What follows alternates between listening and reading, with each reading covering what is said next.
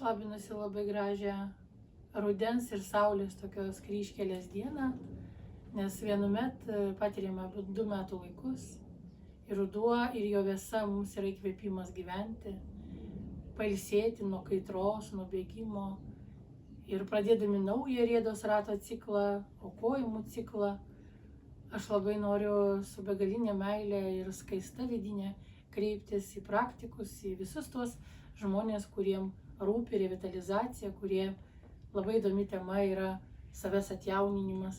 Ar tai yra atnaujinimas kaskart mūsų minčių, mūsų jausmų, mūsų giliausių sapnų ir jausenų, ir aišku, mūsų didžiausios brangenybės kūno, kuriame mes kasdieną prabundame. Ką Ąžuolis pasakytų, Ąžuolis Ubartas, mano sūnus, gydytojas osteopatas ir gydytojas pediatras, kaip jis pristatytų, kas tai yra atjauninimas. Atjauninimas yra, mano požiūriu, žmogaus sugrąžinimas į jo pirmapradį būvį, mūsų tos gyvybinius pradus. Nes ląstelėje vykstantis procesai, jie iš tikrųjų yra tarsi amžini.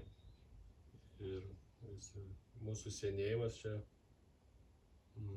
tiesiog kaip susitarimas tarp mūsų ląstelių, kaip nutraukti kontraktą ir nebeatsinaujinti, tačiau įvairiais būdais mes galime toliau tą atsinaujinimą atstatyti.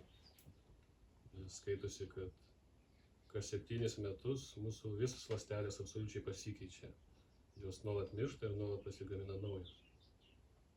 Ar mes tokiu būdu neprieštaraujam Dievui? Aš klausiu tavęs, tas žmogus, kuris gimęs per jaunatį, o tavo tėtis yra gimęs per pilnatį. Ir per jaunatį jie gimė žmonės, jie visą gyvenimą neša jaunystės dovaną kitiems. Man ši tema tebeatrodo, po daugybės metų tyrinėjimo, atrodo visiškai fantastiškai. Ir aš nepaprastai gerbiu mokslininkus, tokius kaip Aubry de Grey, ir jam yra tiesiog neįmanomas dėkingumas, nes jisai šiai dienai 37 valstybės politinių, ekonominių ir visokiojo lygmenių yra įtikinęs, kad senatvė yra liga ir mes dirbame su atidėtų senėjimu. Kaip tu manai, ar mes turime teisę norėti gyventi ilgai? Ar tai yra mūsų egoizmas?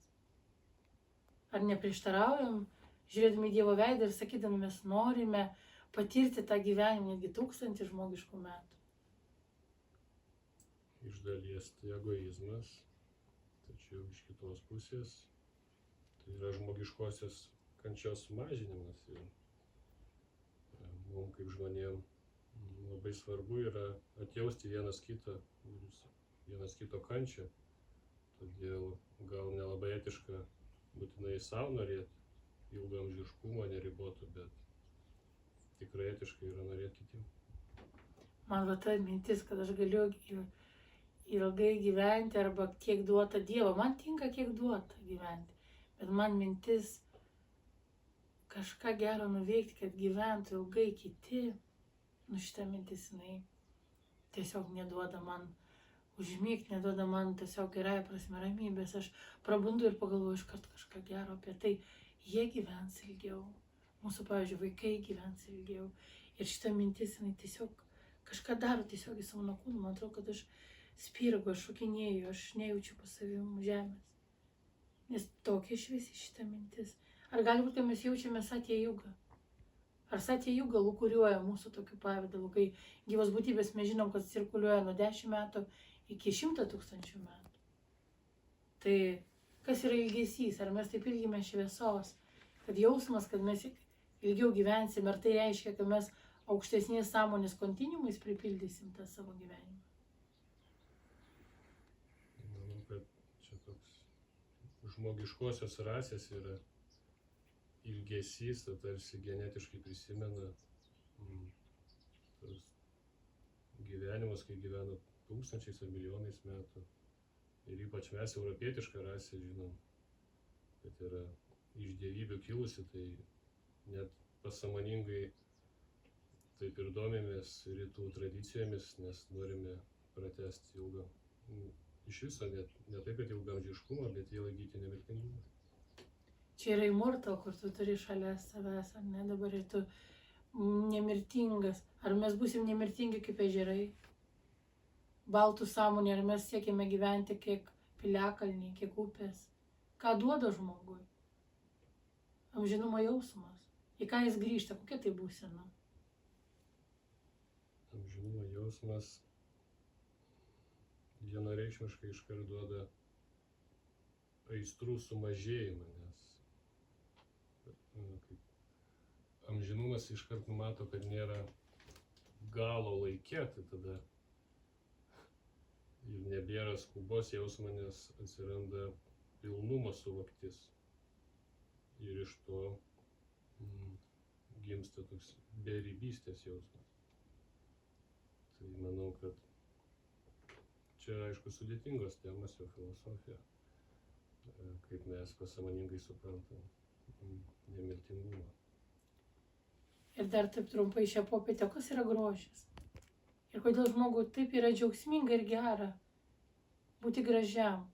Ir jeigu mes atmesime tokius daugiau ribotos kultūros etalonus, kad tai yra išmieravimai, išmatavimai, bet tiesiog vaikiškas džiaugsmas išvysti kitame grožį. Ar išorinių kūno grožių mes skatiname vidinį grožį? Ar mes galime atsijauninę pagerėti kaip žmonės?